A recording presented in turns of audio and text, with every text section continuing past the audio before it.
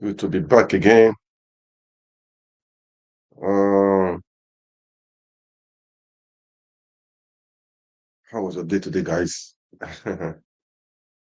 Yeah, I hope everything's going on well. Okay. As I've always said, we need to encourage ourselves. Okay, let's keep on with the dream. Let's keep the hope on, and for sure, definitely, everything will be everything will be fine. Okay, everything will be fine. The things that know what you want, go for it. Keep on keeping on. Don't give in. Don't give up. And you'll just be surprised, man, that everything will be cool. Okay, that is it. That is it. So this just for this evening, just to encourage you guys and to make sure we keep on the drain.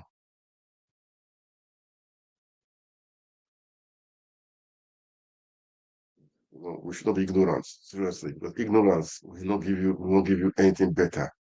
It's good to know what is happening around you, around your world, know what is involved, know what is you need to do, know the steps to take, and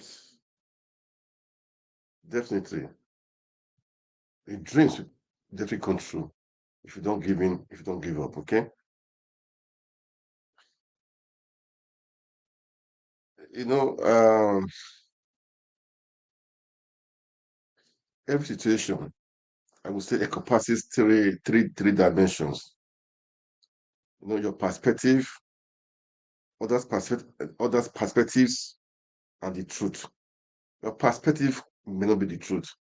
Other perspective may not be the truth, but there are three perspectives, okay? Your perspective, others' perspective, and the truth, okay? So, if you provide this truth, if you provide the truth, not just your own something else, so you will definitely overcome challenges and hurdles. Okay, that is one of the secrets, and that is one of the secrets. That is the truth. You know? We have three perspectives: your own perspective, other people's perspective, and the truth. So, but the ability for you to take the truth will make you your dreams or your visions to be a reality. But if you have the ego, even when you are wrong, you say no, no, no, no, no, I will not take it. I will not take it. That will be a problem. And again, if you take people's perspective, you you will get it wrong. So the truth is having the truth, knowing the truth, and using the truth. Okay, that is how it is, guys. So that is my advice this evening.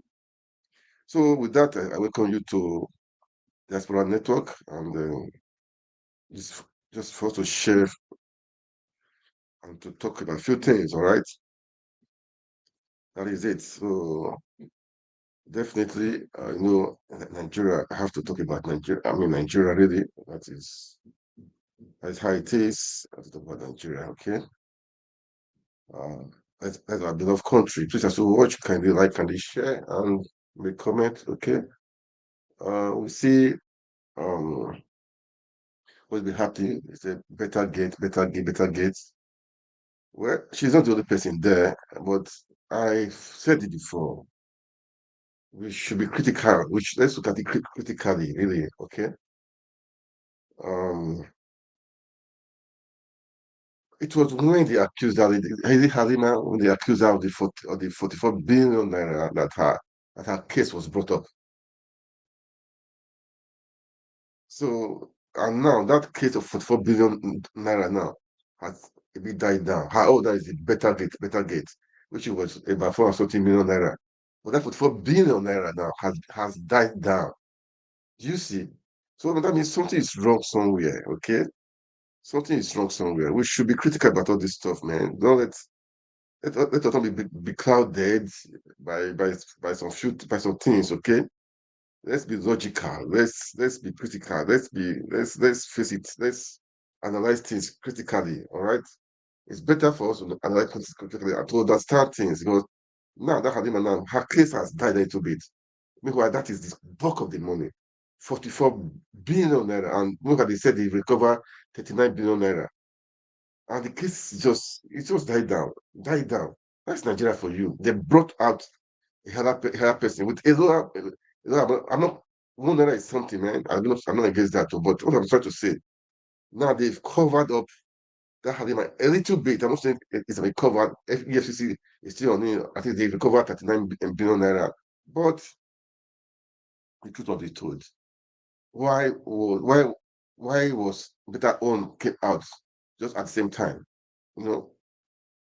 So let's look at it critically, sharp. Let's look at it critically, because um, it's good to know the facts. Okay, I know maybe she made some mistakes. We don't know. What why I feel pain is that she's young, so we are hoping for these people to build, to motivate the youth, or the younger people. But it's so sad. Okay, it's so sad. It's so sad, and that's not why that's not why I'm here today. But it's just a sad attraction. But what you say in Vogue, which is in Vogue. You see, in Vogue, people are praising Tinubu for doing what he did by suspending her, which is okay, which is normal. But the Minister of Interior Affairs, he was figured also. So what happened to him? What happened to him? I know that there are pressures up there, there are pressures up there. What happened to him too? So I think they should maybe make him to step aside. I mean, for a while, so that the case can be investigated really, because the company has signatory, is a major shareholder. I don't know the kind of job they did. They want to face all those money. So, man, anyway, so we had some 2 days ago or so. What is his name? Odudoyo Okupe resigned from Labour Party, the Free World. He was the former DG of Labour Party, and voila. I posted it on my on the wall. Voila, of all people, that one he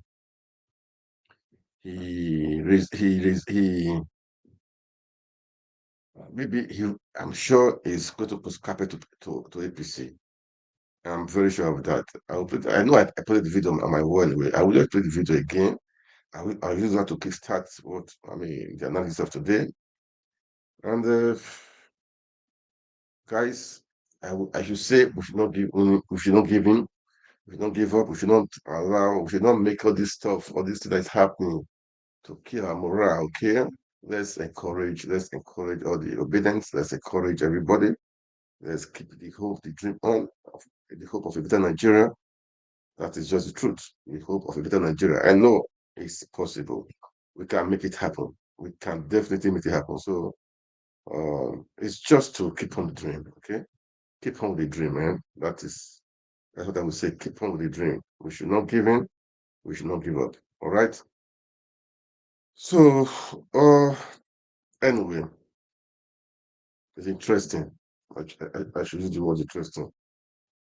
It's interesting. So, let me. This guy Boala, it was he's a PDP. This guy, if I tell you things he said about APC, the campaign and so many things, you would not expect people like this to cross carpet. You know what I'm saying? To just all of a sudden, he's not a praiser, and the politicians are like that anyway. I said the politicians, they don't have ideology, or all of them, they are all the same. They go here, they go there. Where better face. There was people call them stomach infrastructure of politicians. You know, well, I know that he has the right to choose anyone to choose to go where he want to go, but not with the rate. Not with the rate they are doing things. Okay, let us watch. He went to go and see Tinubu yesterday when he came out, made a press conference. But his name is Boala, and he was just Boalaing. He was opening his mouth and was just Boalaing. Let's listen to him. Let's listen to what he said. Ah, let's listen to what he said. But these are Nigerian politicians. What do you expect from them? Though he he resigned from the Labour Party, he said he has joined PDP, APC, about all his name. I don't know. Um, these people, we cannot trust them. That's why we need people integrity, people we can trust, people we can we can rely on and trust. Who is a father to the nation, who God has given the opportunity to lead the country at this difficult time. And so I came to celebrate and congratulate him, and then to also give him our commitment that as citizens of the country, this is a time for all of us to throw our weight behind and support the administration. I gave an illustration of an aircraft that has taken off. The aircraft is the country. The passengers are the citizens. The pilot is Mr. President. His co-pilot is Excellency the Vice President. The cabin officials might be the ministers or other agents of the Federation. You may not like the takeoff of the airplane. You may have even your perspective about the way the pilot is, walking towards the turbulence, above the sea level. But one fact that must bind all of us is that the plane needs to land so all of us can be alive. When it lands, you can also say you don't like the way it lands. But at the 39,000 feet above sea level, the prayer of everybody, including the pilot and the passenger, will be the safe landing of the plane. Because if the plane crashes, apart from the aircraft getting destroyed, the pilot, the co-pilot, the cabin members, and all the passengers' life at risk. So at this difficult time, what we need is to throw our support and then see how we're able to navigate around, because there are difficult things in this country: hardship, poverty, insecurity, and the only way we can come together and support the achievement of this objective, I think, is for us to give our best in supporting the administration. So I came to congratulate him and then to tell him that I'm particularly excited about the recent policy decision he has taken to demonstrate that he's about the people and not just protecting his people. He took decisions against certain ministers who allegedly were, said to have committed infraction. The marked difference between him and the previous administration is that the previous administration may want to cover in order to avoid the backlash that the government is corrupt. But he is not about that.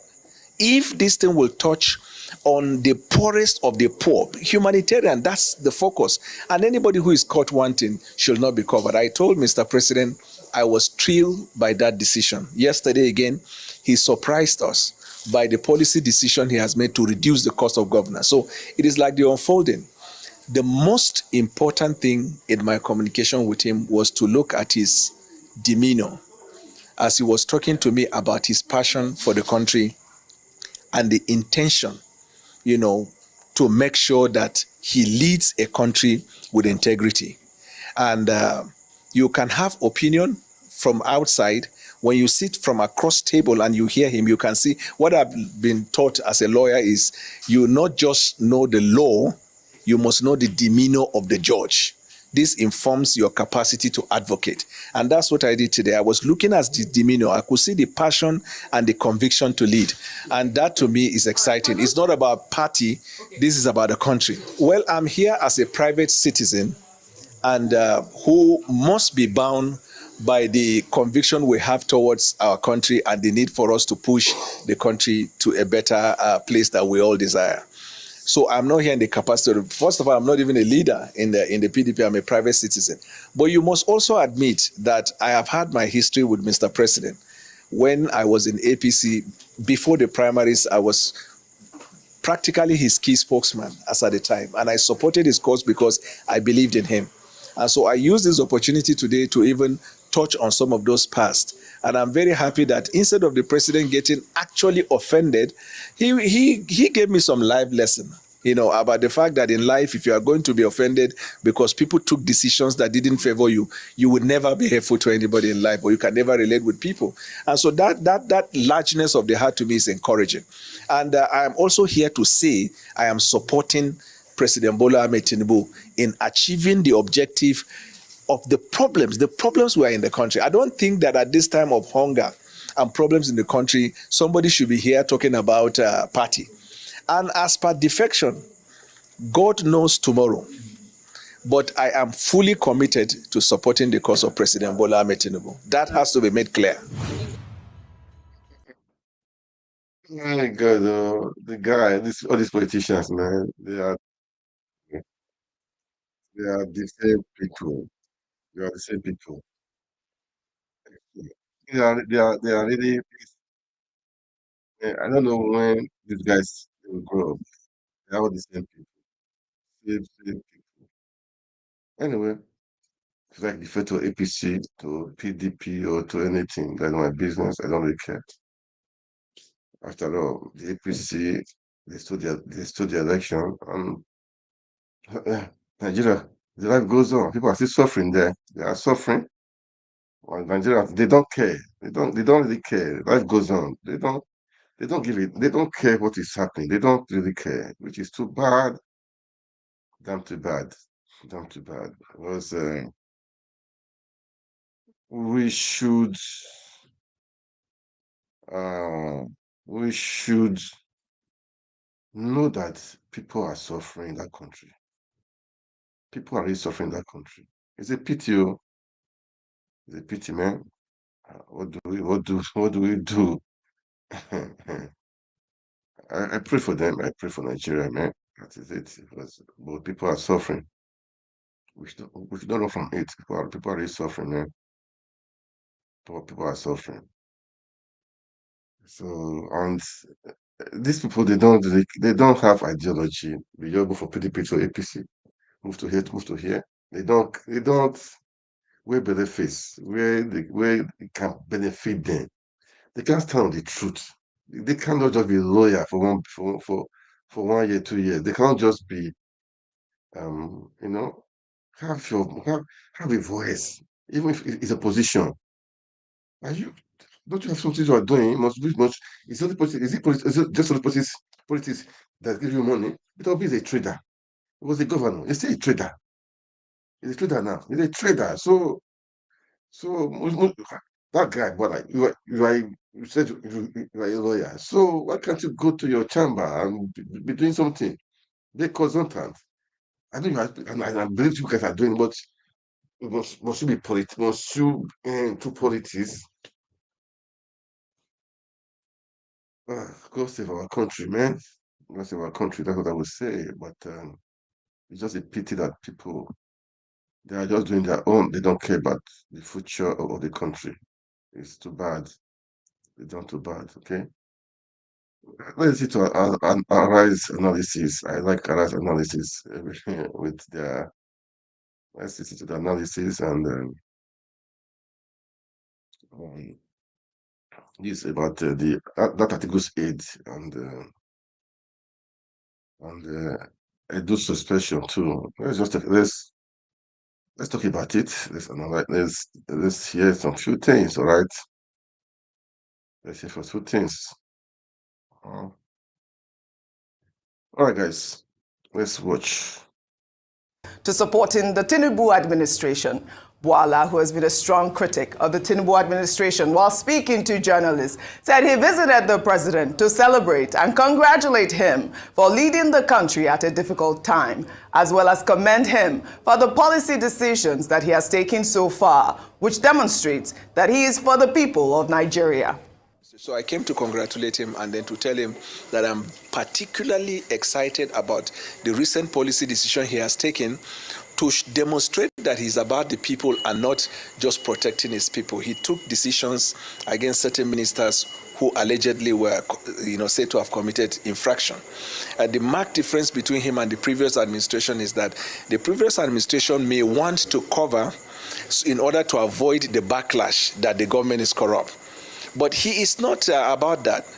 If this thing will touch on the poorest of the poor, humanitarian, that's the focus. And anybody who is caught wanting should not be covered. I told Mr. President I was thrilled by that decision. Yesterday again, he surprised us by the policy decision he has made to reduce the cost of governance. So it is like the unfolding. The most important thing in my communication with him was to look at his demeanor. as he was talking to me about his passion for the country and the intention, to make sure that he leads a country with integrity. But you must also admit that I have had my history with Mr. President. When I was in APC, before the primaries, I was practically his key spokesman as at the time, and I supported his cause because I believed in him. And so I use this opportunity today to even touch on some of those past. And I'm very happy that instead of the president getting actually offended, he gave me some life lesson, about the fact that in life, if you are going to be offended because people took decisions that didn't favor you, you would never be helpful to anybody in life, or you can never relate with people. And so that largeness of the heart to me is encouraging. And I am also here to say I am supporting President Bola Ahmed Tinubu in achieving the objective of the problems we are in the country. I don't think that at this time of hunger and problems in the country, somebody should be here talking about party.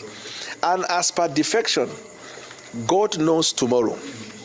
But I am fully committed to supporting the cause of President Bola Ahmed Tinubu. That has to be made clear.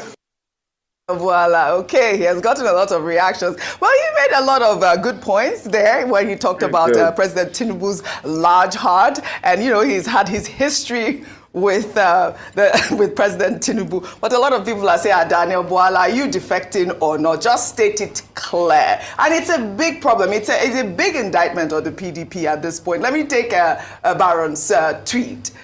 He wrote, Atiku Abubakar and the PDP are very unserious duo. Daniel Bwala decamped from the APC to the PDP on Friday, July 28th, 2023. 5 days later, on Tuesday, August 3rd, 2023, Atiku Abubakar appointed Daniel Bwala as his presidential campaign spokesman.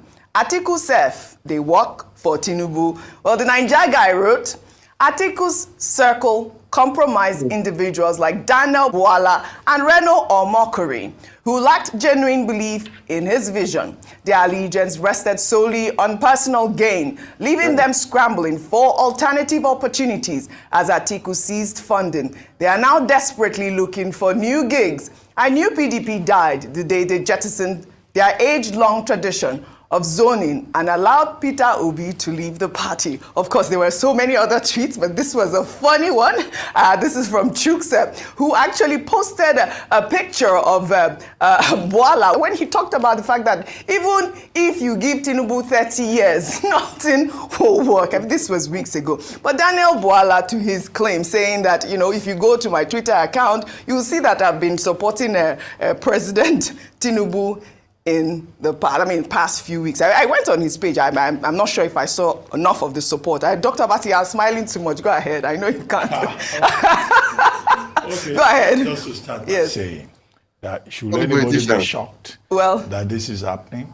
And the person who said Bwala joined Atiku Abubakar in 2023, no. It was in August 2022. 2022, yeah. He left the APC in 2022, joined the Atiku campaign, became one of the spokespersons, and now in January 2024, he's back to APC. Yeah. And he's now saying he has very sweet memory of Asiwaju Bola Ahmed Tinubu. Why did I say should anybody be shocked? This is standard behavior of Nigerian politicians. Absolutely. The average Nigerian politician will tell you that he's in politics because of what he can gain from it. And that 8 years will be too long a period to be out of the power loop.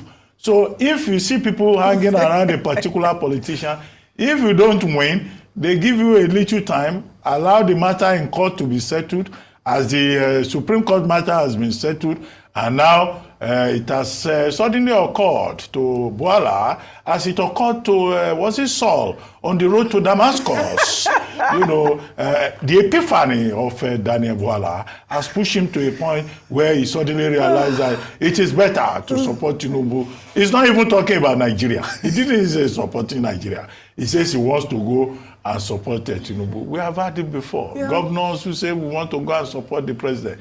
So, tomorrow, if Tinubu doesn't pay him enough attention, he may go to Labour Party if he sees that he's Labour Party, and he won't be alone.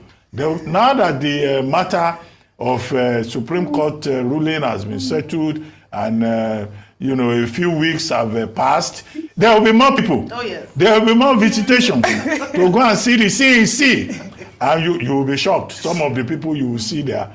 And of course, Shaibu Tinubu being a politician. Who welcome everybody with open hands. And that's why Mr. Bayo Ononuga announced also on his X account that Daniel Bola is back to the Ashwaju fold. So it's only a matter of time before he goes back fully and he declares, and he may even assume a new role as spokesperson. Absolutely. For Tinubu, believing that everybody will have forgotten. Right. The only thing that Daniel Bola needs to worry about is that the internet does not forget. Absolutely. And that's why somebody has brought out that post that only 2 weeks ago, he was still saying nothing will work. 30 years. Even if it's 30 years, nothing will work with Tinubu. But now, in less than 2 weeks, he has, or is it, in less than 2 weeks, he has changed his mind. Yeah. Now he's saying that President Tinubu is the best thing since the invention of toothpaste. Yeah. Now, Daniel Bola used to appear regularly on this program. Yes. And he has one favorite proverb in Yoruba, even if it's Yoruba, it's not so smooth. Kokoro tinje efo inu efo lo wa. Kokoro tinje efo inu efo lo wa. He was always saying, well, the kokoro that I know, I have read a tweet like that. The kokoro that Ebola is talking about now, that insect that devours vegetables is now in his own pocket. Kokoro tinje efo so we now know where that insect is now. Yes. Maybe the insect has now moved to the Tinubu side. No. Whether they will allow the kokoro that is taken there to devour their own vegetables remains to be seen. Absolutely. But this is standard political behavior in Nigerian politics. The politics of opportunism, the politics of the, let me not use the popular phrase, alimentary politics. That sounds a bit elegant. Yes. But the meaning is obvious. But, he commended the president for his policies and the swift action, that he took to fire some of the ministers. There will be more commendations. But he did right. We commend Tinubu for that. Meanwhile, good. Yeah, the politicians are like that. Okay, politicians are like that. You cannot just trust them. Today they are hot. Tomorrow they are cold. They are just like that. They are so funny. They are funny set of people. We should all know that. So, Doyin Kukubi has did his own 2 days ago. Look, there was a post I posted on my page. I said, Okonkwo, maintain your integrity, don't do like them, don't do like them. So let's really love you. Concerning his being linked to the 438 million naira contract awarded by the suspended Minister of Humanitarian Affairs and Poverty Alleviation, Betta Edu, to a company he co-founded and is a significant shareholder. The group argues that the minister has shown enough evidence that he is innocent of the allegations and should be allowed to continue his innovations in the Ministry of Interior. It is a well-known fact that the Minister of Interior, Olubumi Tunjojo, Honorable Olubumi Tunjojo, has repeatedly. This same guy, this minister is the guy that was if you remember the NDDC interrogation when they said off the mic. He was the guy that was the chairman of that committee. When Akpabio wanted to say, you all people, you are involved in the contract. He was the one that was saying off the mic. Because see, these people, they are criminals. They are criminals, man. We just will tell them, Nigerians, we should wake up. We should just wake up, okay? We should wake up. I don't know why they are like this. We should wake up. This guy, all of them, they rotate themselves. Let's continue again. Whether they are paid or not, they are they are standing behind Tunji Ojo at this point. But meanwhile, the presidential candidate elections, Peter Obi has called for everyone culpable in the Betta Edu scandal to be brought to book. Taking to social media, Peter Obi, in a post on X, said Betta Edu's suspension is a welcome development and called for a comprehensive investigation. His tweet reads in part, "It is insensitive for those entrusted with funds for public welfare to literally steal from the poor. I'd like to add my voice with most Nigerians concerned about accountability in government and judicious use of public funds. I welcome the suspension of the Minister of Humanitarian Affairs, Ms. Betta Edu, and subsequent directives for her investigation. While the action of the government is a welcome development, the investigation must be comprehensive so that all those culpable are brought to book." I mean, I do align myself with Peter Obi's tweet because he has said all those culpable, because it is money for the poor. Yesterday, we condemned in strong terms Tunji Ojo's involvement in this whole transaction. Yeah. He is the owner of a company that received funds from this scandal by the Ministry of Humanitarian Affairs. And I do think that he should also do the right thing by stepping aside. Absolutely. So the group is called the Civil Society for Good Governance, CSGGG. And I'm quite, you would see anything play out in Nigerian politics. No matter what anyone has done, you would see people stand up for them, and you see others who condemn their actions. It is their right, they are able to do it, but it just again speaks to their credibility and integrity, and then the Nigerians have the opportunity to judge as to whether they want to take them seriously or not. The basis for which they are supporting him, very ridiculous, and it's interesting because one of the things that they've said on their website is that they are there to improve service delivery, to inform the people, to improve knowledge that guarantees standards in service delivery. And this doesn't demonstrate what they aim to do in terms of improving knowledge, because what they've demonstrated is actually ignorance in this matter, saying that, because it's just like childhood talk. So let's leave that. But I'll go to what Mr. Peter Obi said, and which is very correct. And this is what he's echoing the calls by a number of people.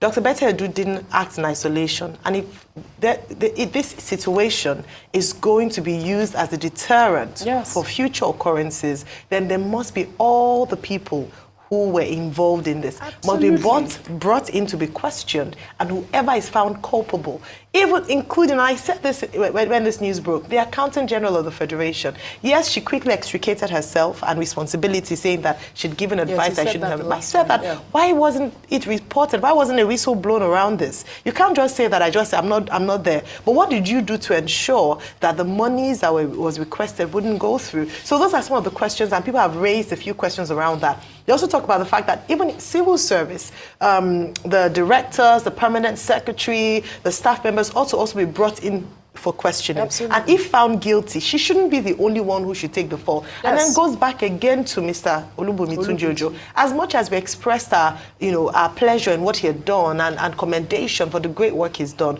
but we said that due process must be followed. The law is the law. If he's found culpable, unfortunately, he also, as a deterrent and a demonstration of a strong commitment to the fight against anti-corruption, must also face the consequences of his action. No one is saying he's guilty yet until the investigation is concluded. What we're saying is that if anyone, irrespective, because nobody is above the law. That has been established. If anyone is found culpable, it must be done. Now, let me just say a little thing about Daniel Bwala, because I've just been laughing. And Dr. Mati, I don't even know what to say. But the truth is that beyond him saying that, beyond that 30-year thing, he'd said that people had been suffering since this administration started. Yes. However, Oji, you would notice that post-inauguration, May 29, his language changed to more of offering advice to this administration. So perhaps his body language had given an indication to the fact that something was about to happen. A few days ago, Chief Donye Kukbe too said that due to ideological differences, he was going to resign from the Labour Party. They are free to move around. But what I think we should also note, even though we laugh about this, is that it should also speak to the integrity of these men. Yes, this is business as usual in Nigerian politics. But if we are looking to change the game in Nigerian politics, we must must also demand better and more from these people. He spoke here a number of times, bringing down Tinubu's manifesto, saying that he was dead on arrival, saying they should back Atiku. And then a few days later, a few weeks later, he's now coming to say that now Tinubu is the best thing since sliced bread. Yeah. It speaks a lot. And this is the kind of politics we're playing. They were not serious yet in Nigeria. All right, Dr. Batti, Olubunmi Tunji. Generally, this is part of the hazard, that we face as media people. We give our platforms to all kinds of persons. We promote all kinds of persons. We carry microphone, we put in the mouths of people who, may not even know what they are talking about. But of course, we are in the business of content. So we listen to all sorts, including those who are intelligent and those who are dumb. Now, which is where am I going? It's very easy in this country to rent a crowd. Yes. Some people now are sounding like a rented crowd, saying Olubunmi Ojo should be allowed to continue his work. I've also had some people reading ethnic statements saying Betta Edu is our daughter. Give her another chance. Niger Delta. Look, people, can't they use their brains? This is not about ethnicity. Yeah.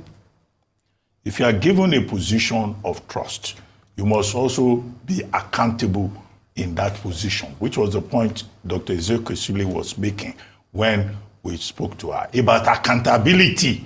It's not about your religion, it's not about your ethnicity. And yesterday we talked about the relevant laws, okay? The procurement laws, the code of conduct law, sections 5 and 6 thereof. We talked about all of that. People are in a fiduciary position. They have fiduciary responsibilities. It's not a question of where they come from, which is why I agree with the points made by Mr. Peter Obi, that the suspension of the Minister of Humanitarian Affairs is in order, and that it is a big scandal, that at the same time that Betta Edu is being investigated, and the minister who was there before her is also being investigated. The person in charge of NSIP. And he made the point that let not the impression be created that the Ministry of Humanitarian Affairs was created so that people can use it as a conduit pipe. Yes. And then you say you are doing poverty alleviation, calling the name of the poor in vain. Unacceptable. The same argument made by Mr. Peter Obi and others applies also to Olubunmi Tunji. What is all this nonsense about he's doing a great work? He's doing no, that's nonsense. Absolutely. The issue is that if there is an infraction, it should be established. Right. And then talking about the people who put microphone in their mouths. I was looking at that man that was talking. The level of ignorance coming out of his mouth. Sometimes I look at people and say, some of these people, who are they? He was on Newsnight. Do they have children at home? Do they have wives at home? Look, let him be educated. Yeah. What he was saying, that he's not running the company day to day, he may have funded the company. That's absolute nonsense. Right. There's something in company law called lifting of the veil. And the locus classicus here is Solomon versus Solomon. Every elementary sophomoric student of law will know Solomon versus Solomon. What it means is that if you use your company in one way or the other to do any kind of fraudulent activity, the investigators, the law, will lift the veil. Absolutely. You cannot put the veil and say, I'm not involved in day-to-day running. I'm just a shareholder. Right. No, the veil has been lifted. Absolutely. What we will now say is that the due process of law must be followed. Absolutely. Accountability must be established. Yeah. And I repeat what I said yesterday. President Tinubu must not take the bullet for any of his appointees. Absolutely. And I would like to leave off by giving this example of Bath Naji. I believe he was appointed power minister during President Goodluck Jonathan's tenure. And, he was found that he had connections with some electricity company that were bidding at the time. And in 2012, he had even resigned his position before he became minister. In 2012, they found out that he had that connection and he was forced to resign. So it is very important that people just accept this in a dignified way. I think Olubunmi Tunji Ojo should do the credible thing and step aside while the investigation takes place. We'll take another story. See, I said it. That Olubunmi, he was the one in charge of the committee that investigated the Senate chairman. As well was the NDDC chairman then. Because what I was saying, off the mic. These guys, they are all corrupt, man. They are all corrupt. Nigerians, they should wake up. Nigerians should, they are better wake up from the slumber, because this is not this is not just right. Okay, this is not just right. All right. I believe we can do better. We can really do better. All right.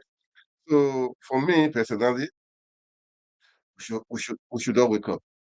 We should all wake up. Okay. We should all wake up. Nigeria is too big for us to be joking with.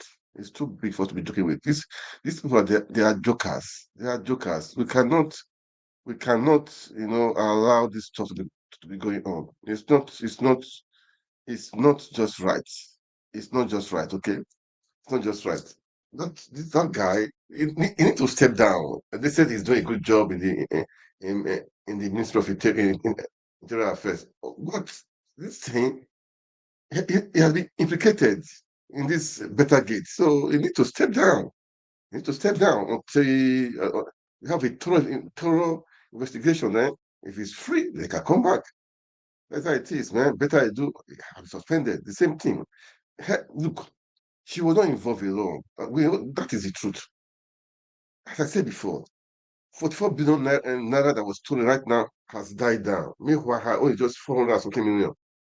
So you see, there are many things happening. Many things happening. We should not cover up things then use her as a scapegoat. No. Everybody that is involved in it. Because I heard it yesterday, she will talk. Many people are involved. She was just used. Maybe she was naive for her to allow herself to be used. Yeah, I say she was naive for her to use her head. She should be she should be smart, man. She should be smart, smarter than this stuff. Anyway, they are all repeat their rewards, all of them. That is the truth, which is good. I like this stuff that is going on. I like it. Let them.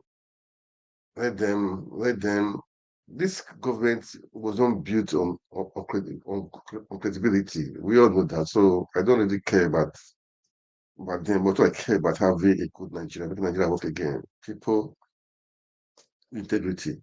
What do you expect? If the head is like that, what do you expect the body to be? It's like that, man. If the head is good, this is will not be there. I mean, before you shake, before you cough, you have to say, man, my the guy at the top. If he hears something like this now, what is going to do? But when you know that your guy at the top, if you don't do anything, and I think it's not the social media that is carrying all this stuff now. Nothing would have happened. Okay, nothing would have happened. So because social media, that is carrying, that is why they just have to act. Anyway, I listen to Connector Coco. What he had to say about the Yokukwe and some other people and some other things. I want to listen to. Let's listen to Coco. To Coco, as you are talking, I hope you are not on the way to go out to. I hope you're not on the way to go out. Yeah, because people are like that too. People are like that. People are like that. People are like that. So let's listen to. Let's listen to.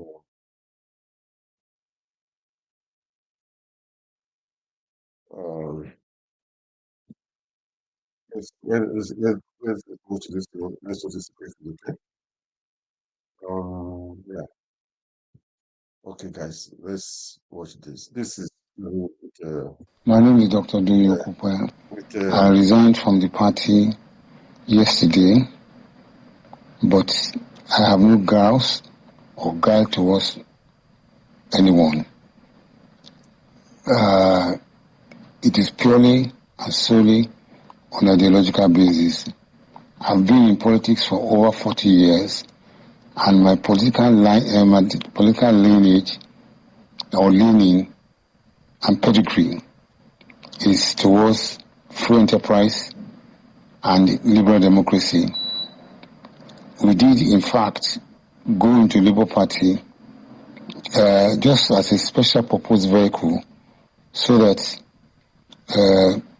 our presidential candidate, our flag bearer, His Excellency Mr. Peter Obi, could find a platform on which to contest the elections.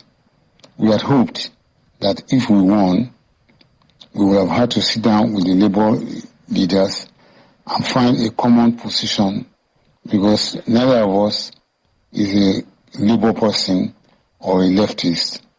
But it was expedient for us at that time to find a platform, and we did find one. And I have been particularly very respectfully treated. I've enjoyed my stay in Labour Party, but because of these ideological differences, I had to resign. But I wish the party well, and I also wish my principal, His Excellency Mr. Peter Obi, every success in his future endeavor.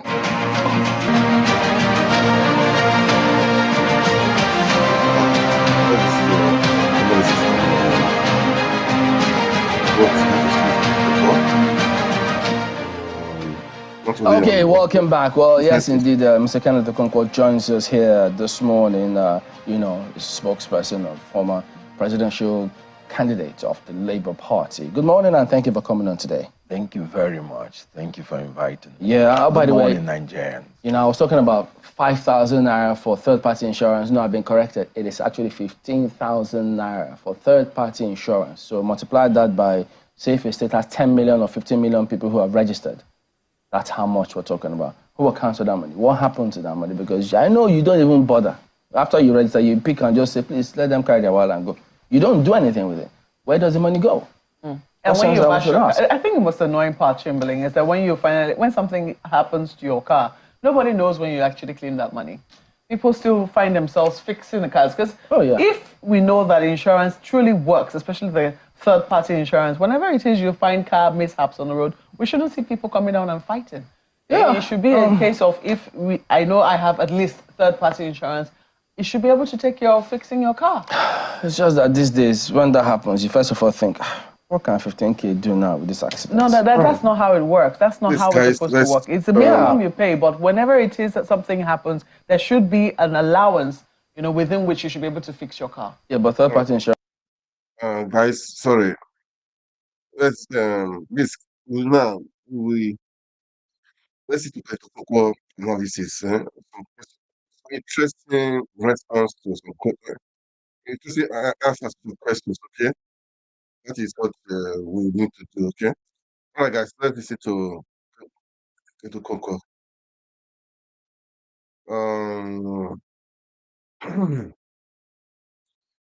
All right, let's listen to him. If I'm involved in an accident with you, the insurance is to take care of your car. That's why it's called third party. Yeah. Now, insurance is a business strategy where the fortunate helps the unfortunate. So it doesn't mean their liability is going to be restricted to 15,000. Indeed. They ought to take care of the car. That is why you pay whether you have accident or not. So the accumulated money, when you become unfortunate, they ought to take care of it. Wait, doesn't it elapse after a year? No, that's what I'm saying. So you just pay it every year? Yes. So whether you pay for 5-10 years without having any accident, is their money. That is why they would have to come to your aid to take care of all the liability, not just the 15,000. So the fortunate pulls money together to help the unfortunate. I like what they say. Test the law. Exactly. Go there. Go out there. Exactly. Thank you for that clarification. That's why it's good to have lawyers in the studio. I actually read business administration before reading law. So you see. Okay. Now another lawyer was in the villa yesterday. I'm sure you must have seen that picture as well. Because he was there, and of course, but wait a minute. If the president calls you, Mr. Kongo, won't you go?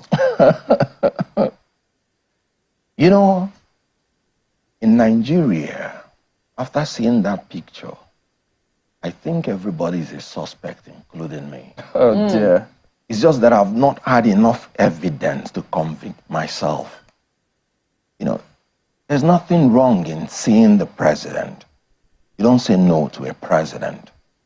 But there's something wrong when you psychophantically make a 360 degree to all the principles you say you hold dear. What have changed? Now, the president is the commander-in-chief of the armed forces. He has the right to command me to come and see him. I would not have a choice in it, but I would have a choice to what I would say. I would have a choice to my demeanor when I had finished seeing him. What he cannot command is what I would say. But if he says I must see him, I have to see him. He's in charge of the security of myself, including me. You have to respect the office of the president. From where I come from, there is an adage that when you're giving a message to the king, you can deliver the message. But when you're told to go and carry the king, you cannot go to carry the king. So it is really very pathetic. In other words, they may say politics is a game of interest. Your brand of politics doesn't accommodate this kind of interest. The game of integrity. You're driven by what was your intention when you decided to join politics. I couldn't have left my comfort zone as a movie actor, a pioneer one for that matter, to come into politics and begin to be sycophantic. What else do you want to give me? Fame? Fortune? I believe before you get into politics, you should have minimal of all these things so that you wouldn't be thrilled by them. I would prefer to be called Kenneth, the servant. There is a need that you have to live your life in service of God and service of humanity. That should be the only force that should drive you into getting into politics. You said you didn't like Muslim ticket. You left on your own volition. Has the Muslim ticket been solved? If you are talking about corruption, there are two beautiful achievements this government has achieved since they came into power. Give it to them. And that is consumption and corruption. So, would you say these things have been addressed? What would be your reason to getting into the ruling party? How can you convince people that it is not because of the quest for power and quest for money? You should be able, whenever you want to make a move, why do you want to make the move? It is not the move that is the problem. Even in court, even in judgment, they'll tell you it's not the ratio that is the problem. What was the reason for the ratio? But, yeah, okay. Well, I was just thinking, my mind was traveling quite a bit because, you know, you've said a lot of things. You've talked about integrity. You've talked about even your own motivations for moving. First, for joining politics, I mean to say, first I was just wondering, and this is just an aside, you know, whether or not it is not possible to be a movie actor at the same time be a politician. Are there two things that are, you know, mutually exclusive? No. So you could still have continued in your career? Absolutely. But you see, most of these jobs are jobs you cannot delegate. As an actor, I play the lead 98% of the time. Mm-hmm. I'm expected to come first. I'm expected to go last. Serving the people is a full-time job. You can be called at any time. If I leave the movie set, everything will stand still until I come back. So at a certain point, I was combining both. And when I saw that I was getting deeper, and both are going to suffer, because you can't delegate either. And being a perfectionist, anywhere I am, I want to give my best. One has to give way. I see. Okay, so let me come back now, because you have also been a member of the APC. You defected from the APC to join the Labour Party. And I do not know what it was that made you join the APC, but I want to imagine that when you leave a party, you know, for whatever reason you leave a party to another party, the people there do not automatically become enemies, do they? First of all, I I'm always not very comfortable with the word defection. I resigned from APC and I joined another party. You defect when you move from a party to another. Let's say you are a member of the National Assembly. And in Nigeria, you must be a member of a political party to hold any office. Mm-hmm. So there won't be any chance for you to resign. In that circumstance, you can defect. Good. But when you resign and join another party, that's not defection. Okay, because you're not holding any public office. Absolutely. Okay, so, well, but I think the point I was trying to make is the fact that the people you met there, yes, some of them are people that you would have made friends with. Till today, they are still my friends. Exactly. So how does it work then? In APC. Yeah, how does it, I mean, how do you manage such relationships? Oh, beautifully well. When you relate on the intellectual plane, there's nothing personal about it. You can be entitled to your own opinion, but you cannot be entitled to your own facts. So when you are honest and you put the facts on the table, everybody says it. You may be surprised that Nigerians know the truth. They simply don't have the will to implement the truth. Those people that are running to go and shake hands, they know the truth. Because it was the truth purportedly that made them to leave the place in the first place. So, if you are going back to the same place you left, purporting on the basis of truth, you better be able to convince people that there is another truth you have discovered that is non-existent. Okay, so, it doesn't make you enemies at all, okay, but it makes you to differ. Okay, so because a major defection happened from your party, Labour Party, to, well, I do not know that Dr. Doyo Kukwe has entered in any other political party. That's why you wouldn't use the word defection. Exactly. Well, so maybe major resignation. A major resignation. Let's just use the word. Let's use your term, resignation. No, but a major, leaving of a party happened within your own party. The former DG campaign manager of the Peter Obi and Dati campaign organization, resigned from the Labour Party. And he gave his reasons. He says it was on ideological grounds, that they had left a party, the PDP, a bit in a hurry, almost, and they were looking for a special purpose vehicle. And they found the Labour Party. For them, it was just a vehicle. The ideology, according to him, didn't quite sit well with them, but they figured, after we get to office, we can always figure that out. It didn't quite work out. And now this is where he is, and he's finding that he's unable. He's not exactly a leftist. That's what he said. And he doesn't think that he believes in market principles. So he's resigned from the party. But it doesn't appear that the Labour Party is saying it his way. They think that he has something up his sleeve, and that, this is about politicians not being truthful.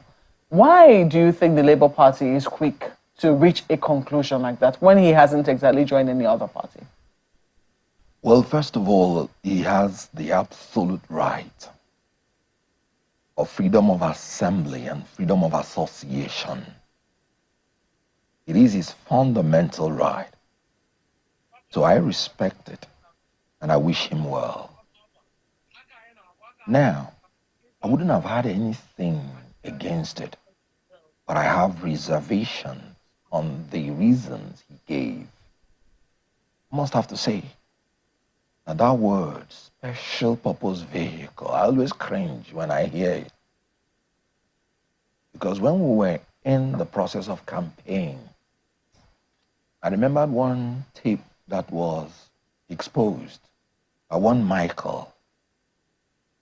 And he said special purpose vehicle is the vehicle that politicians use to siphon money in the name of consultancy contract award.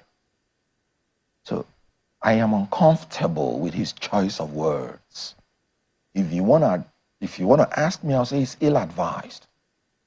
Because when you say ideological differences, it was existing before you entered the party. could it then be that you are an opportunist? Because you said, and I'm talking about what he said, the only reason you entered was to go and contest the election.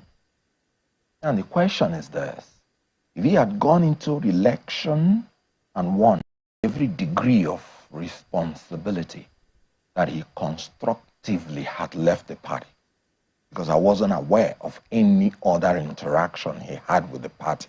I wasn't aware. So I think he just verbalized it.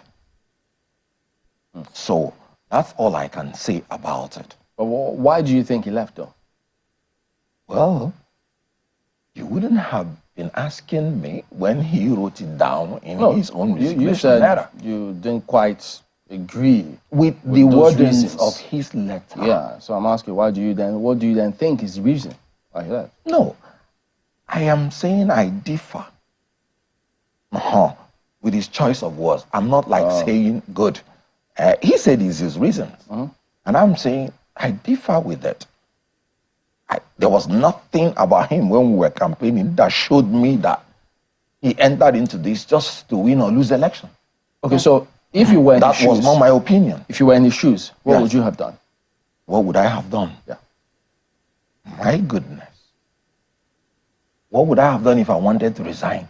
If I was in his shoes, at his age, I would be thinking about how to go and stay with my grandchildren. Maybe. If I believe, because he has sampled all the parties, and he said he's a rightist. I wonder which party in Nigeria now has a clear ideology of right or left. So it's interesting you say that, because I mean, only yesterday, a colleague of mine, on the sister program, Politics Today, interviewed Professor Patutomi and on his mega party plans. Professor Patutomi is no stranger to you, and he was talking about the state of political parties in Nigeria and how, parties do not exactly have ideologies, and that's why we see these defections or resignations, if you prefer. Resignations. That's why I'm surprised. And he was talking about how in South Africa, the ANC, how party policies, government policies are discussed even at the ward levels. So when politicians have this thing about, other people having, there's some politicians who have said, look, I'm in this political party, I don't intend to leave this party. I don't care how it does. This is going to be me till the day I die. There are politicians who have said that. Politicians who have said it, and we're not quite sure where they are. But there are politicians who have stayed true to themselves. Let's put it that way. And there are those who say, look, I agree with this party today, but I see that it no longer fits with my ideology or what I personally believe, and I move to another party tomorrow. Do you think that those politicians should be condemned, given the fact that you have just admitted that there's basically no ideology to, a number of political parties in Nigeria? Good. I did not say there is no ideology. I said there's no clear-cut ideology. And then people mutate according to different reasons. You will see a president who will go in and he has a different ideology from his party in Nigeria. And the party will become confused. APC, for instance, if you read their manifesto, you'll be so thrilled. And if they had followed the manifesto, there wouldn't have been any reason they wouldn't have achieved their objectives. They talked about restructuring. They talked about state police. They talked about 1 naira to $1. And if they had followed those steps, they would have arrived at the decision. Then a president came in and said, sorry, I don't even know what you're talking about. So there is no dedication. There is no determination. There is no discipline. When you don't have this, sorry, you cannot have consistency in creativity that will give you the objectives that you want. So it is in a state of flux. That's why when I hear somebody saying ideological differences, which one? So what we have in Nigeria now is that you identify a politician that you believe has the commensurate character, competence, and capacity that you know can generate the ideas that can solve Nigeria problems, not the issue of party. Because you have to establish party discipline first before you can say the party can, impose its will on its elected members. That we don't have. When people are elected in Nigeria, they become leaders of the party. And what the party had in mind electing them becomes secondary and subordinates itself to their majesty. So because of that system, it is better if you're looking for a new Nigeria, for instance. That's the only reason we entered Labour Party. To identify the politicians that have these qualities, irrespective of whatever they have in their manifesto. Recall that when I was the former presidential spokesperson, I did tell Nigerians, please ignore whatever is in the manifesto. Whoever wants to be your president must come and sit down and tell you what he has for you, and you cross-examine him. In absence of that, whatever you see in the manifesto is just the beautiful, brilliant work of one professor somewhere that will end up in a dustbin. And quote me on that. Ayo. Well, thank you, Chamberlain. Well, Mr. Okonkwo, okay, let me use legal language. I put it to you that you have looked at my script as an actor because you have taken from my script to say some of the things. Particularly, I certainly love that script because it's an interesting one. First, because I was actually going to ask for plagiarism. Don't worry, I won't sue you, I promise. But I was actually going to take you up on the issue of ideological politics, and I'm glad you mentioned it, and Mark followed up on that. Maybe we should take that a little further. And I always make this reference for those who are not aware of where we are coming from politically in Nigeria. In the First Republic, we had such clear ideological political parties that it was difficult for anyone to just jump from one party to another. In the Second Republic, it was the same. I don't recall the process by which someone would just jump from one party to another, confusing their own followers and all of that, and just saying, well, my people said. In the Third Republic, it was just two political parties, but it was also very, very clear.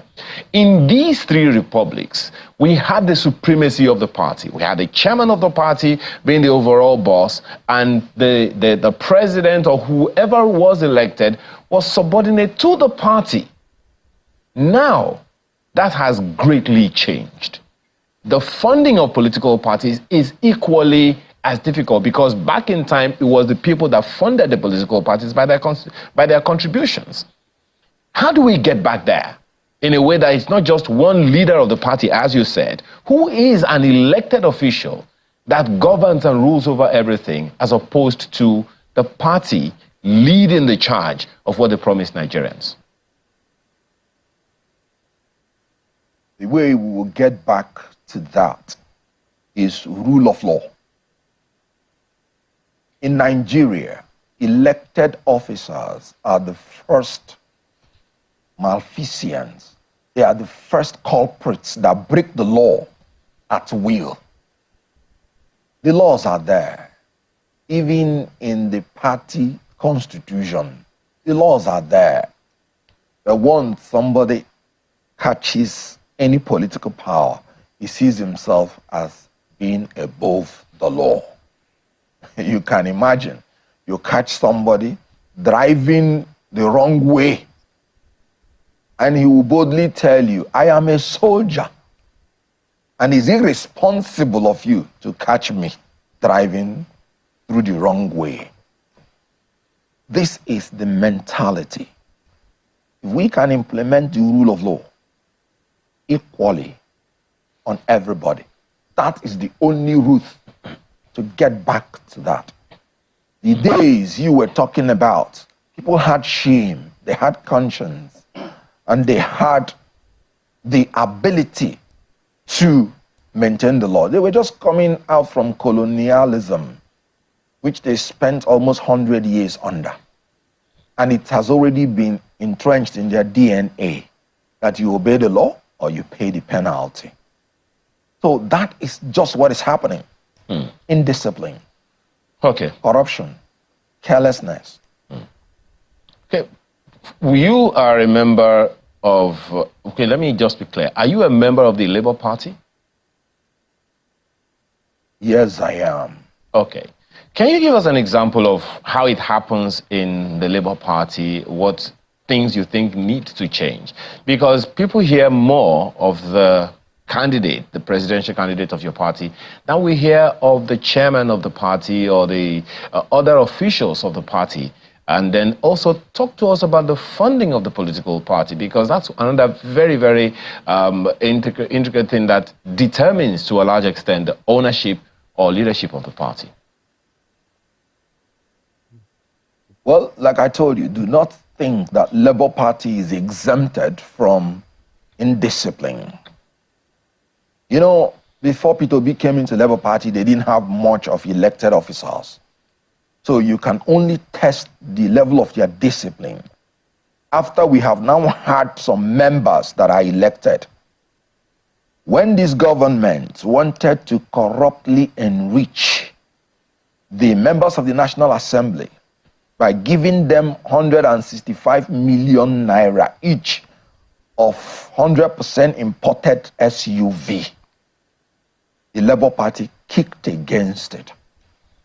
The Labour Party said, no, we don't want this. Nigerians are too hungry to afford this. But not one of the elected representatives of Labour Party, not to my knowledge, came out to forcefully say, my party has said this, and I'm not part of it. That is what we're saying. And that's why I said, unless the party elected leaders subordinate themselves to the ideology of their parties, we will not get there. And that is why I'm saying, whoever becomes the president is very, very important. I know what P2B would have done. He did it in Anambra State. He was going with only 2 or 3 vehicles. He would drive himself to the filling station, and they will fill the cars, and he will pay. He will bring out money as governor and pay for it. Whatever money he's giving out, he's supervising it.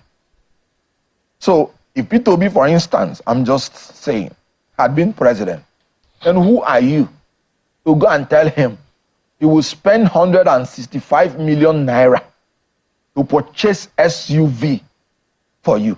And he will ask you, because that's what he will do. He will ask you why. And then you will tell him, you know, we have bad roads. You see, the reasons these people give is mind-boggling. That they have bad roads. This government has been, the APC government has been in power for more than 8 years. And they're saying they have bad roads. They need solid cars in order to ply the bad roads which they inflicted on the people. Then P2B will say, okay, give me the list of those bad roads. You are elected people of your place. Let's repair the bad roads so that they can use made in Nigerian cars. So, but these people will say, no, let us acquire this machine. Of course, you know it's not bad roads. They just want to show off so that more of their picadillos can get attracted to them so that they will continue their Mr. Okonkwo, while a number of people might speak to the probity of what you are saying, there are those who would also see that as erroneous in a democracy, because the independence of the legislature is very, very clear, particularly at the federal level. So I don't know, do you think the president would have had a say or would have been able to say no to the legislature doing whatever they wanted, as opposed to the people taking them on by themselves? Because you know that they have a first-line charge. Do you think the president would have had any say in whether or not these legislators at the federal level did whatever they wanted to do? First of all, according to the Constitution, the subheads of every expenditure is initiated by the executive. The legislature has the right only to approve. So you cannot be a member of the legislature and force it on the executive that you must drive SUV. Because everything must have to be in the Appropriation Act. But then if you're a president, you cannot be driving the most powerful SUV and then you have the right to tell the Senate president, no, you can't drive this. So if the president, for instance, says, it is the policy of this government that every official of the government must drive made in Nigerian car, it becomes a policy. The duty of the National Assembly is to make laws. Okay. Not to execute them or administer them. So if the president himself is using made in Nigeria car, I'll tell you, no member of the National Assembly will ever even have the guts to ask for it. Now, talking about the travel policy that the president recently came up with, of course, your candidate has also spoken about that one. But we had a guest in our studio yesterday saying that there are some things that the president cannot control. For instance, the president cannot control his own protocol. He can't control his own security. So in the name of cost cutting and all of that, do you think he was right? The senator we had in the studio yesterday saying there is nothing the president would have been able to do to say that his security personnel or his security protocol will not travel with him. But that, the news is that the president wants the security in all the various states to take care of him. But protocol says he must be taken care of by specially trained people because he's the president of the most populous black nation in the world. You know, whoever said that does not have what it takes to be an elected representative of the people. You're telling the president. If the president cannot control his own security, how can he control the security of all the 200 million Nigerian citizens? What a logic. It falls so flat. The president is in charge. When Peter Obi was governor, they told him when you're traveling, large people will follow you. He said, no, I can carry my suitcase. If I enter the plane from the east, they will drop me in Abuja and I will ask the IG to send me like 2 policemen or 5 policemen. When they take me from the airport to the hotel, I'll dash them maybe 5,000, 10,000. And they will go and I'll just stay my 2 days and I will come back. And he cut cost completely. He's still alive. Forget those stories. Was he not the president that now came out and told you he has cut down on the protocols and that whenever he's visiting any state, the state should take care of his security? So was he not the president that said it? Then is he not now controlling the security? So forget all this sycophantic, unnecessary, illogical reasoning just to attract attention and favor from the leaders. So you don't agree? You don't agree that there are some things that the president may not be aware of, particularly concerning the protocols around him? Because there are those who say that there are specialties around such, that protect, VIP protection they call it. That there's a special training for such persons, particularly that of the President of the Federal Republic of Nigeria. You don't agree that it is that special? The guiding of the president is one of the topmost security issues in the world. Because harming a president has a lot of ramifications, including the destruction of a country. So there is a need for very, very special people to guard the president. There's no anybody that tells you it's not important, does not know anything about administration. It is very important, and I want the best hands to guard the president. That's not what I'm saying. That does not make you corrupt. You know, forget all these optics. I heard that the president came out and said he has reduced the numbers of people that follow him. These are optics. We're not talking about reducing the numbers. We're talking about reducing the cost. I will tell you the difference. If the president is serious that he has drawn down expenses in that field to the tune of 60%, let him immediately raise a supplementary budget so that 60% will go into savings transparently. When you say you have reduced the numbers, it doesn't mean that you have achieved anything. Why did I say so? The politicians will know how to die the money because it is already appropriated for. If you say, I should take 5 persons to make trips, I'll say, okay, in order to die the money, I'll just double the number of trips I'll make. And it will be the same cost. I can increase the feeding allowance, or what I will call in the local palace, chop money, that I'm giving them. Instead of giving them 10 naira, if I increase it to 20 naira, it will come to the same cost. Enough of these optics. Okay. When you want to reduce cost, you reduce it and put it in saving, and it will be there. Not saying you have reduced numbers. That will have nothing to do with the cost. Even though reappropriated. Even though the spokesperson to the president said that reducing the number directly or indirectly affects the costs as well, particularly for international trips. But you may respond to that one. But the question that I'd like to ask you next before I toss back to my colleagues, just 1 second. You can take the two together, but the question I'd like you to speak to Nigerians about now is the rhetorics that should be following some of the actions of the president. What would you be saying to young people right now? You also said something that there are some steps that the president has taken that are commendable and we should give it to him. But that's not the rhetoric that a good number of people hear. What should Nigerians be doing? Because at this moment, we have a president in office. At this moment, we have governors in office who, one way or the other, a number of people are saying they're not really cooperating with the federal government. How should that collaboration happen between federal and state governments? And what should Nigerians be looking out for to ensure whether or not those collaborations are working?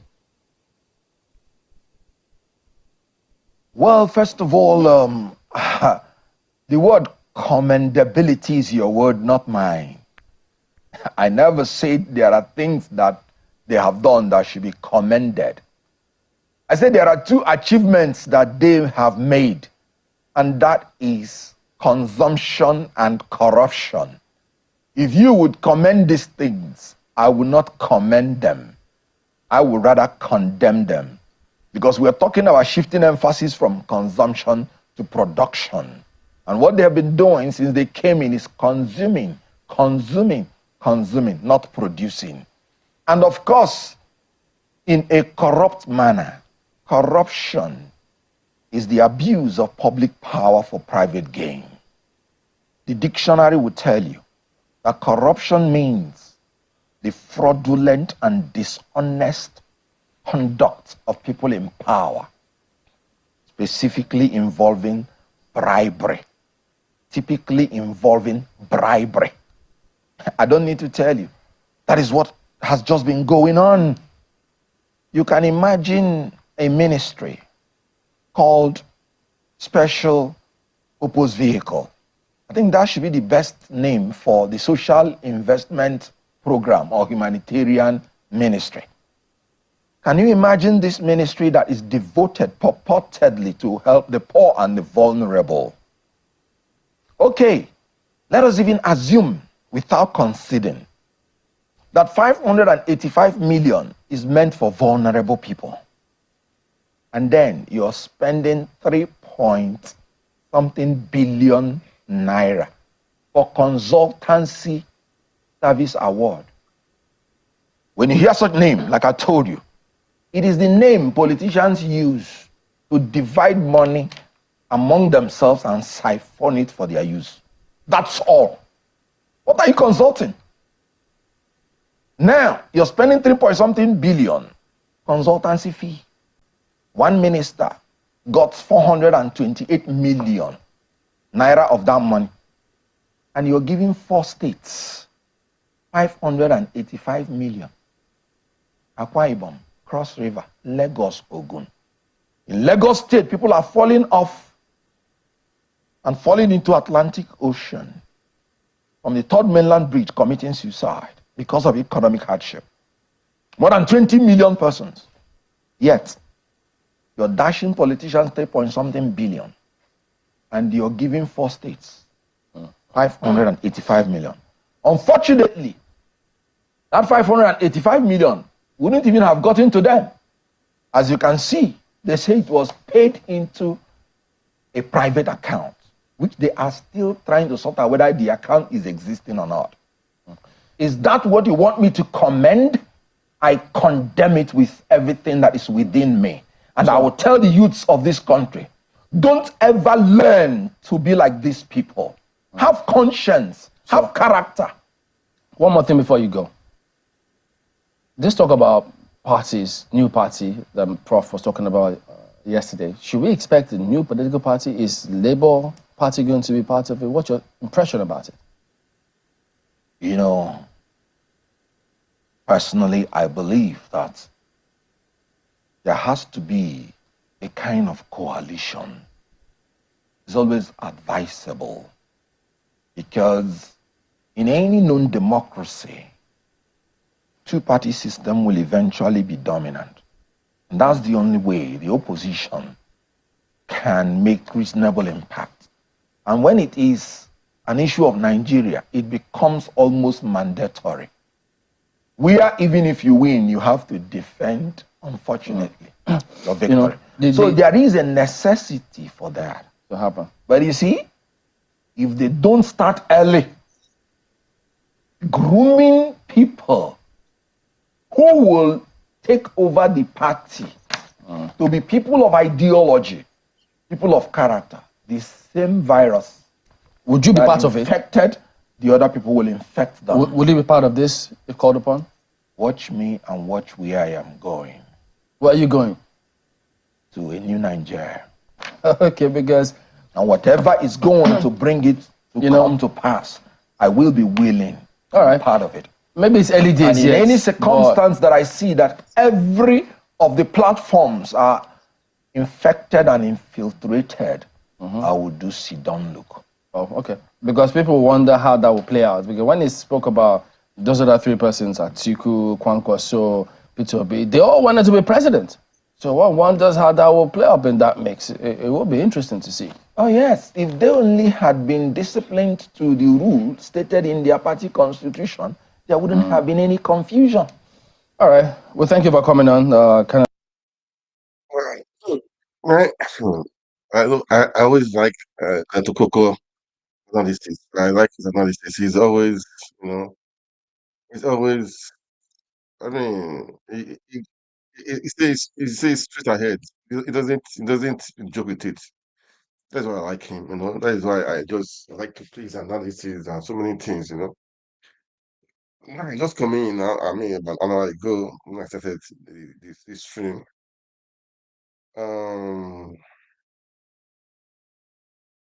Fubara is with Tinubu. Maybe you know what is happening. We know what is happening in River State. Fubara should wake up. Or that's what I would say. Well, I don't. As I said, I don't really care about Fubara here, but he should wake up. By now, he should be through with Tinubu. So I don't know what. If maybe before I go, if I have the news, I'll let you guys know. Okay, if I have the news of what transpired between him and Tinubu this evening, I will let you guys know. But Fubara should be careful with the Wiki and I don't really understand these people. So most Tinubu be saying if you have grievances, that is what I don't understand. Like governor of a state, you have your own willpower. I should use that word. You have your constitution to follow. Most Tinubu that is APC, that's you that's in PDP, you are Wiki. You don't get it. That was why you went the last time. They gave you paper, write things for you to sign. You signed.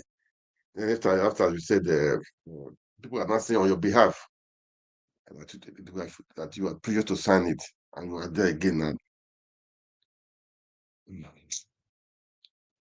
And yesterday, the so-called House of Assembly River State that resigned from PDP to APC, that decamped rather, that people were thinking maybe they should go because you've resigned from the party.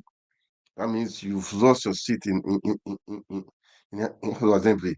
They told you, they sent to you that you must. It's nonsense. Anyway, Edo State elections is up on is gathering momentum. You all know that.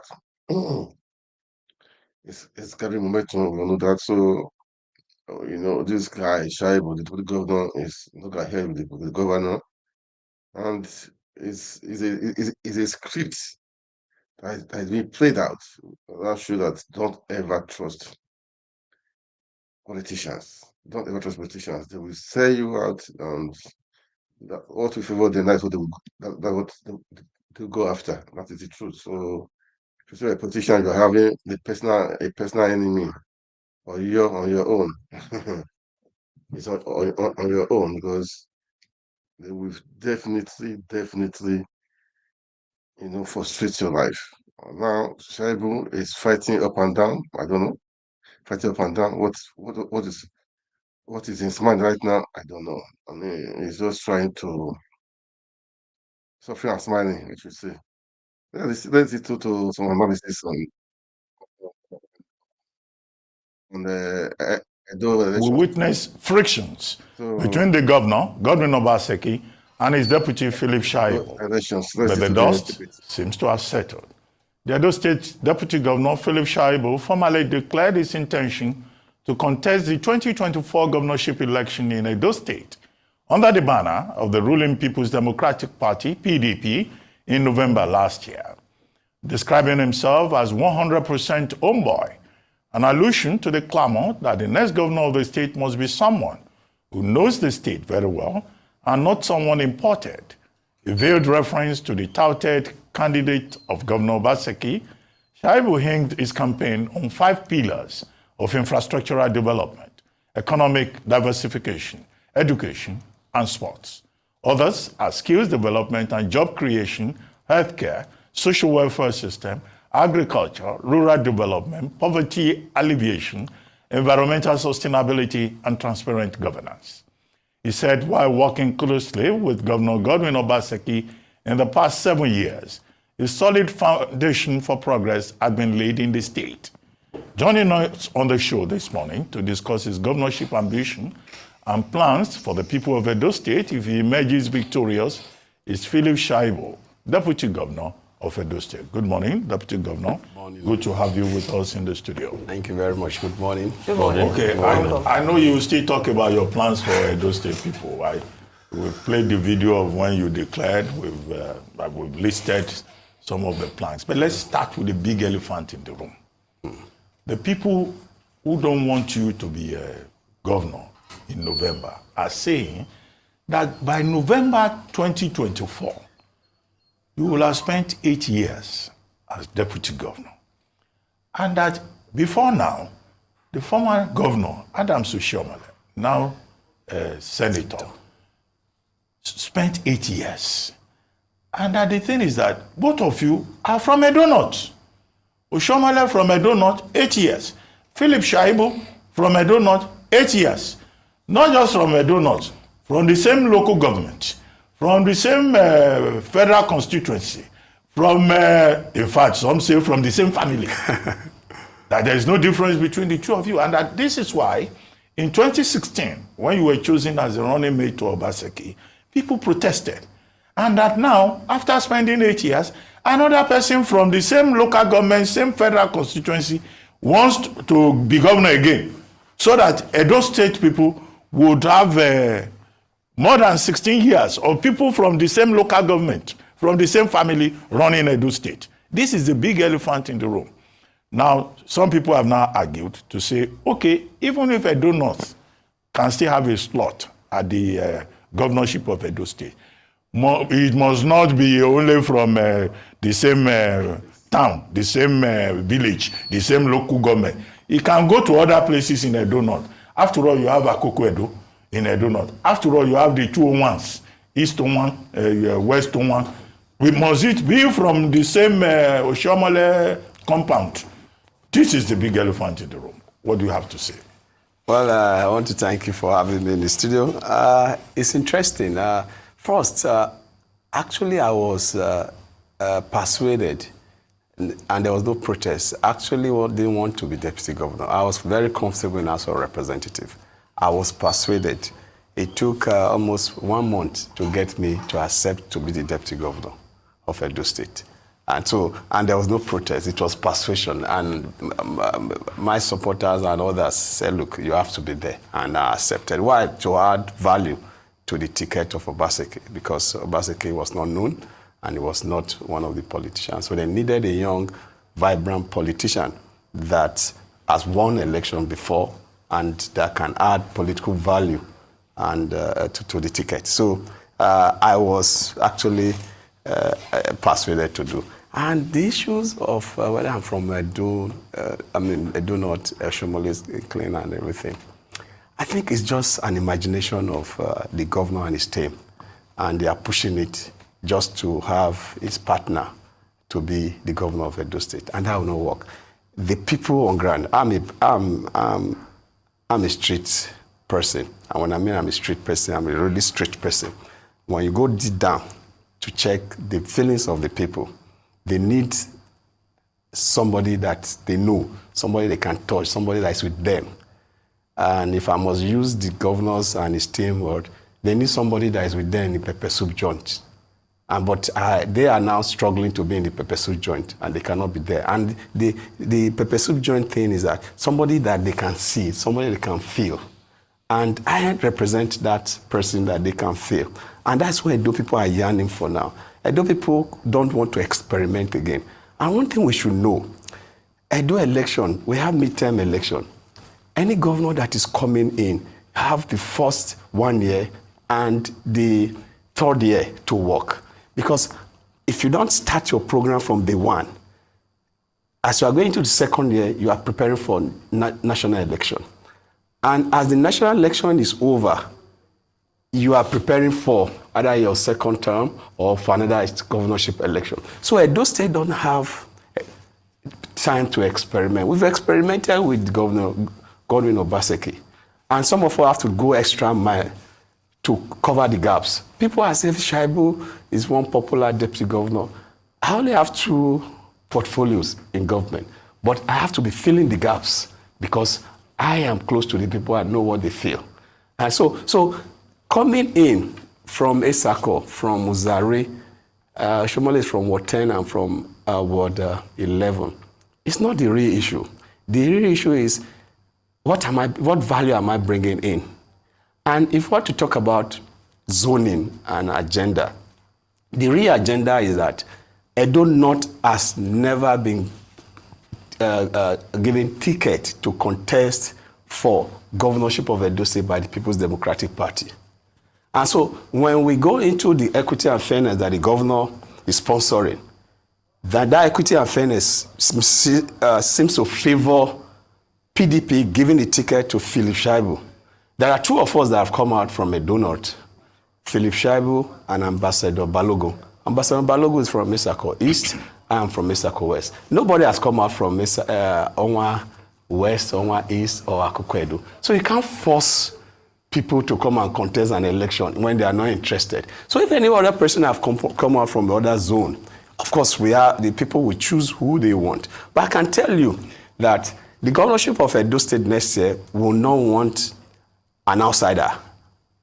And the governor is trying to bring an outsider. And we will resist it. My contesting this election is not because just for the fluke. The people are interested in it, and that is why anywhere I go, you can see the organic support. My support is not procured, just the way the governor is wasting taxpayers' money to procure support for his candidate. So from what I can hear, Deputy Governor, the relationship between you and the governor is totally broken down. There's a breakdown in your relationship, and I can hear that. There are 2 things I want to ask you, because from what you say, from the very beginning, it seemed as if you were introduced to Governor Obaseki's campaign to help his campaign because you were more popular. Yes. Do you consider this a betrayal? Because I'm sure there must have been some sort of agreement for you to have taken on that role. For you, maybe 8 years down the line, he would then support your ambition to be governor. So do you consider that a betrayal? So then the second question, very quickly, is because in addition to the governor supporting and Mr. Ighodalo, I'm sure, Aso Ighodalo, the members of Edo North, led by Chief Mike Ogiadome, have also endorsed him. They had a meeting at Chief Ogiadome, who was the former deputy governor of Edo State House in Fuga, and they anointed him as their preferred candidate. That must surely hurt your campaign. And how does that make you feel, knowing that at least people that you must have worked with, whom you perhaps assumed were going to support you in your bid to becoming governor, have now put their weight behind the man that the governor is supporting? Yeah, I think let me start from the second question. Chief Michael Ogiadome is a leader I respect so much, and we've had an encounter in 2023 where he has to use the government office of the deputy governor machinery to come and rig election in my ward, and he was resisted by the people. Yeah, and we joined PDP, our mutual Reverend Father tried to reconcile us. So Ogiadome is somebody that I respect very well. But the meeting that took place in his house is just a meeting of him and some leaders and senior special assistants of the governor and special advisor. There's no party man, party executive that were in that meeting. No, the senatorial chairman is the one that ought to call for such a meeting. And I, as the deputy governor, in quote, the leader in Edo North, by my virtue of being the deputy governor, must sanction such meeting. So the meeting was called at the instance of former deputy governor. He knows that what he has done obviously offends the office. It's just an aberration, and it's leadership, an elder trying to provoke the anger of the people. And that's why I told all my supporters not to be provoked. We should be focused. Let's face what it is. So what he has done is null and void and doesn't have any consequence. And when you look at that table, all of them that are sitting at that table, for the past 4 elections, they've not won their unit or ward, including Michael Ogiadome. So how does it add value to PDP? It doesn't add value to PDP in terms of the party. It doesn't add value to PDP in terms of general election, because Chief Ogiadome, former deputy governor, former deputy chief of staff, former chief of staff to the president, for the past 3 elections, he has not won his unit and ward in general election. So it doesn't have any value. But it just gives them that feeling that just to create this media hype, somebody is being supported. But that we that are playing the practical politics knows that they have no consequences, they are not offended my campaign. But the first question, a betrayal. I feel betrayed by the governor. I feel very betrayed, not just being betrayed. You see, when we go to church, there are certain biblical verses that is becoming to make meaning to me. There's this particular verse that I've been going through my mind since this incident started, especially the last one that just happened again, coming to Auchi Day first today. The heart of man is desperately wicked. So when I see what the governor is doing and relate it to what the verses of the Bible say, it's now making meaning to me.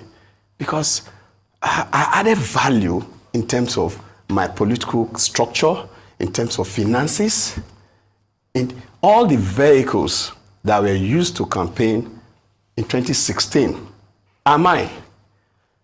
I added value for the second term. The second term, my not political father. Shomole is not my political father. But Shomole is like a father to me because of a long-term relationship. I grew up to see him as my father. But we came into politics in Edo to fight godfatherism. And according to him, we needed to free resources that are being used to service Godfather for us to be able to develop our state. And actually, when we fought those Godfathers, frankly speaking, the money was free to do development. And that's why we now have Red Roof and all those stuff. So I bought into it. So this time, when he now wants to be Godfather, because when we're fighting Godfather, we didn't say it has to be X and X.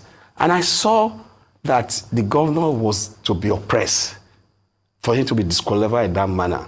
And for me, I hate oppression. We had to put in again.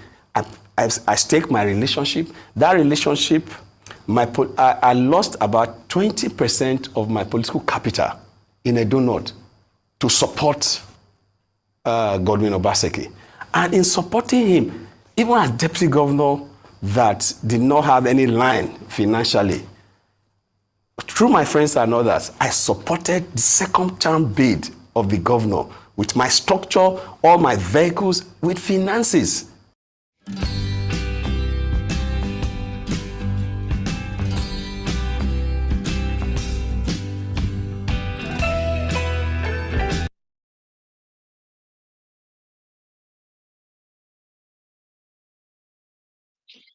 Yeah, guys. Shaibu talking, speaking. We'll still go back to him anyway. I just wanted us to. I'll go back to him. Let's just listen to him. Then I'll try to see if I can provide the video of Betta and Tinubu this evening. No problem. Don't see it, no problem. Let's see to them. Betrayed. But what is most important is that the switch. It's not like you put off light and put on light. There was no, I've sacrificed even my personal earning, even my entitlement, just to have the system work. Because I came into politics not for myself. It is to fix the system. I'm coming from a background of fighting government to do what is right. Okay. As former president of NANS. So I'm in the system to show that those, we know a great thing we were doing, fighting government, to have an egalitarian society is possible. Okay. So that's why I brought in. Okay. And that's the value I'm still bringing in as a governor of the Edo State. But the argument from Obaseki's camp is this, that you betrayed him. That this was not supposed to be. Your ambition and all of this fight and break parts, that you betrayed him. The argument a lot of people have against you is the fact that you betrayed Oshomole, your father. So you have also betrayed a lot of people. And going back to the Bible, like you were quoting, the heart of man is desperately wicked, who can fathom it and all of that. The Bible also says, do unto others what you want done unto you. But a lot of your critics are saying, you too have not done unto others what they want done unto you. They claim betrayal. Secondly, they say this your ambition too is betraying the hopes and aspirations of the Edo Central people. Where Asue Godalo, the big elephant is the room, I'm sure it's the one that you're saying we don't want foreigners in town. But they are saying since the time of the botched administration of Professor Sarami Osumbo, which is also, I hear, is also trying to run in this race, that they've had nothing in Central. That what do you want them to do? People are also saying that you don't even have your leg firmly rooted in Edo North, that you've struggled to win elections there. And all of that. So these are all the things they have against you. They call you a betrayal too. That's the position of Obaseki, and he constantly says it. He calls you a betrayer. And I don't know, you guys have tried settling your fight, but it's not happening again. That's why I want to ask, did he make a promise to you that he was going to give you governor when he leaves? There was no formal discussion on who becomes the governor after Obaseki. So he didn't promise you There anything? was no formal discussion on that. There was no formal discussion on that. What betraying? Well, if anybody says I betray Shomole, then the person is not correct. Why it's not correct is that anybody that see how we started, we did a rally that Babangida was even present, where we said no to Godfatherism, one man, one vote, one Philip Shaibu, one vote, one Shomole, one vote. And we all came with that matter, no to Godfatherism. So if we agree as a group to say we will fight Godfathers, so anybody that come out, even if Philip Shaibu try to be Godfather, it should be crushed. Even the governor, to tell you that, even the governor in 2020, he came out publicly to say we came on the platform to rescue Edo State and to fight Godfatherism. And that even he, as governor, if he attempts to be a Godfather, it should be dealt with.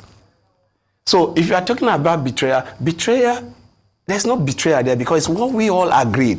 Oshomole and I and Obaseki, all of us in that rescue team in 2006, 2007, all agreed that we will come and rescue and take government back to the people. So if I, as Philip Shaibu, keep to that agreement to fight Godfather, whether it's Obaseki, whether it's Oshomole, whether it's me, we should fight against Godfather. Oshomole made you. No. Your deputy governor today, no. Oshomole had a hand in it. Yes. And you now betrayed that same man. And you're not calling it betrayal. No. This same Obaseki was the man that fought tooth and nail with the PDP when they said they should drop you as part of the ticket. He fought everything for you to get you on the ticket. Yeah. But now they say you are betraying him. Okay, let me. Oshomole did not make me. No. Who influenced you being deputy governor? Yes, he was one of them. But in terms of political, he didn't make me. Okay. I was former president of NANS. I grew from the rank. From class rep to welfare secretary of Student Union, University of Georgia, to the coordinator of Abacha Must Go in this country for 2-3 years. While Kanu was doing man march in Abuja, I was doing anti-Abacha with Ganifa Ami and Beko Razonkuti here, where I was arrested in Yaba and taken to Gusha prison. So I have my history. I became member of Edo State House of Assembly before Oshomole became governor. I organized the first political meeting for Comrade Adams Ali Oshomole. I organized it. I created 2 groups, Oshomole Youth Alliance from the Student Union Group and People's Movement for Oshomole. Those were movements I created to usher in Oshomole to be governor. He wanted to continue his career as ILO in ILO. But I got Shagade and others to tell him to come and contest for governor because at that time we needed somebody and he accepted. So in terms of who was in politics first, I worked for all of them. So in terms of for Oshomole to be governor, I created the first major structure, the second major structure from the Youth Alliance. For Obaseki to be governor, I was drafted to give the ticket life. So if we must talk about betrayal now, I think it's the governor. Okay, real quick. Not me. Because we need to go because of time. I want you to campaign to the people of Edo Central that think it's supposed to be their turn now, but you from Edo North wants to take the reins as against their turn. What will you say to Edo Central people as they're watching? I don't think it's an Edo Central and Edo North thing. It just is those that don't have the charisma and the character to sell themselves that play ethnic and religious politics. For Edo Central, they've had it twice. Edo North have only gotten it once. Edo South have gotten it 4 times. And I'm just told you, PDP has never given any ticket to Edo North person. So for Edo Central, yep. Some of your critics say you enjoy fighting people. That you fought Oshomole, you are fighting Obaseki, and yet you want this ticket. But for you to get this ticket, you have to go through the primaries within the party. Yeah. And now you are saying the governor is supporting an outsider. Yeah. Who is that outsider? Could it be Asue Ighodalo, who is from Ewohime in Edo State, who is also from Edo State, right? Yes. Will you call him somebody from Edo State? And I say, he's not from Oyo State, he's from Edo State. And he's been captain of industry, chairman, that distinguished lawyer. Yeah. So is he that outsider that you are talking about? Because you have said they want to bring an outsider. We will resist it. Yeah. How are you going to resist it? Yeah. You will go to court. And then secondly, this Godwin Obaseki, he is on record as being the governor who has signed the highest number of MOUs. You can also take credit for that because it's a joint ticket. So what else do you want to do that will be different from his own? So what is that new thing? Are you saying that Obaseki has failed and that you are the person who can come and do something different? What exactly is in that unfinished business in that Osadebe house? Yeah, there is a lot of things that we need to deal with. I just told you infrastructure need to drive everything we want to do in the state. Majorly, if you check our growth, it's been, it has increased, but at slow pace. And some of the indices that shows that we can do better is to massively face infrastructure, road infrastructure especially, and electricity. We've done some part in terms of electricity. We now have Osiomo power plant. But in terms of transportation, the roads are very, very bad, especially the federal roads. When I become the governor, I will deal with issues of federal roads by creating the old road. We are going to build rail tracks on the old roads. And when the feasibility study for the rail tracks is almost done. In another 1 week, I will show the blueprint of what I want to do. We'll call it Orange Line. Orange Line will be between Oredo, Ipoboha, and Ego. And we'll be having the main line, which we christen Oredo Opela train station. I am bringing that. And there's a lot of traffic in the state. From Limit Junction, we're going to be having an overhead bridge. From Adeswa Junction, we're going to be having an overhead bridge. From 3rd and 2nd Circular, we're going to be having an overhead bridge, and Rama Park. And from Okpoji Junction in the Edo Central, we're going to be having an overhead. Then by Jetu and Aochi, where a lot of lives have been lost, we are going to be having another overhead track. We need movement of goods and services to be able to grow your GDP, because when the whole city is locked down, obviously time wasted is there. So, and industrial park is there. Nothing has actually significantly has happened. I am going to put life into the industrial park. These are projects that we all agree. I'm going to be creating over 20 to 30,000 jobs from sports alone. And I'm going to, agriculture will have a face. I'm going to be having cluster of cash crops in various areas. And I'm going to work with federal government and CBN to introduce an agricultural bank. And we are already... Hey guys, I'm going to stop here for today. So please kindly like, share, and make comments. And we'll be back again, all right? And let me just say, we're not going to agree for anybody, okay? We're not going to agree for anybody. Let me play that one. But the army has said, make we agree. So army has said, make we agree, okay?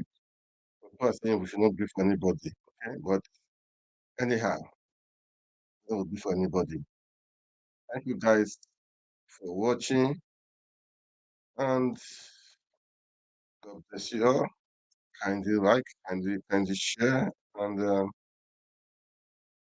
we need to make Nigeria work, okay? Let's make Nigeria work. That is what I'm going to say. Our mission, thank you guys for watching, is clear on what needs to be done in winning the war against the terrorists and their cohorts across the country. We're not going to agree for anybody. This is the army. We have demonstrated our commitment okay, but please let by our actions we should not allow to win this war. All right, guys, that's on the record note. Troops will therefore act with tremendous force. Good night, and God bless you all. Achieve the tasks ahead as we progress in the year 2024. Having said that, I will say this. This year, 2024, I urge citizens of this country to see security as a collective responsibility of all. Therefore, no greed for terrorists, no greed for perpetrators of insecurity. And let me say again, on this note, that the new slogan for 2023-24 for our young ones is no degree for anybody. We have been informed from our intelligence that this slogan is coming from a revolutionary sector that may likely cause problem across the country. No dey gree for anybody. It's been seen as just a normal talk. But in security business, in security community, we have seen it as a very, very dangerous slogan that can trigger crisis. Yeah, don't agree for anybody, okay? Thank you, guys. I think I can share. Good night.